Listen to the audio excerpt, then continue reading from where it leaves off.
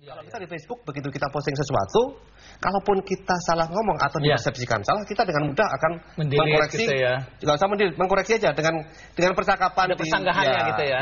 Di percakapan itu kita bisa mengkoreksi. Tapi kalau di Twitter, sekali kita ngomong sesuatu, itu orang nggak baca terusannya, marah duluan. Dan ingat kasusnya waktu itu si Mario Teguh kan? Oh iya.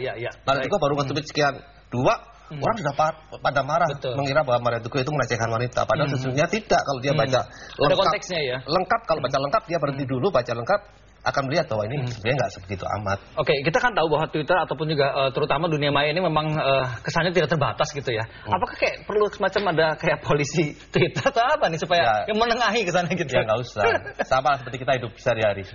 Di Twitter sama kehidupan sehari-hari itu sama aja. Itu fotokopinya istilahnya ya. Nah kita ke Mbak Elena. Mbak Elena sebetulnya kalau ketika bertwitter itu sebenarnya tadi kan disebutnya adalah kayak fotokopinya. Memang itu berlaku juga nggak sih? Atau kayak ada beberapa hal yang mungkin spesifik untuk dunia maya ini? Karena kan nggak ketemu istilahnya. Iya, kalau kita bisa bilang kan kalau dulu kita lebih senang bertemu muka kalau mau ngobrol. Betul. Ya kan? Jadi kita ketahuan nada bicara kita, gesture kita, matanya ini lagi bohong apalagi sedih gitu ya. Lihatnya jangan salah.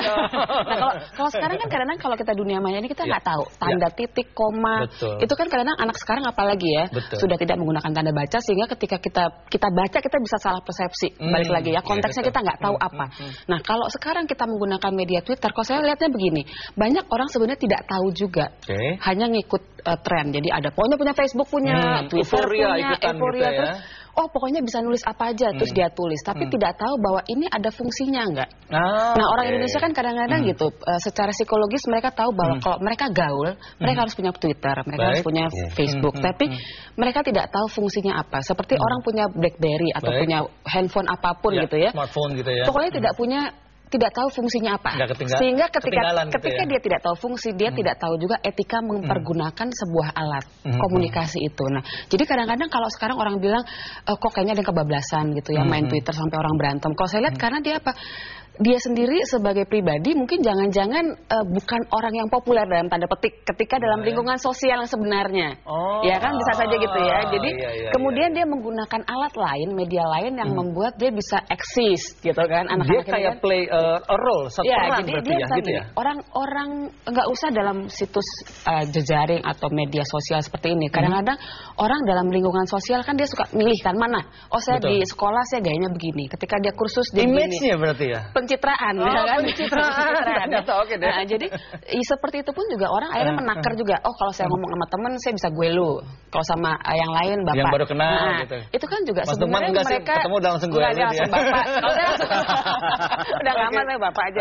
Terus jadi dia memang selalu mencoba untuk membuat pribadi-pribadi yang beda kan dia layer-layernya paling tidak dia punya layer. Dan itu tidak hanya terjadi pada dunia maya juga. Sebenarnya dunia kita sosial yang bertemu muka pun kita juga punya ada layer-layer yang kita bentuk. Pribadi apa yang mau kita lihat. Saya misalkan ngajar sebagai dosen.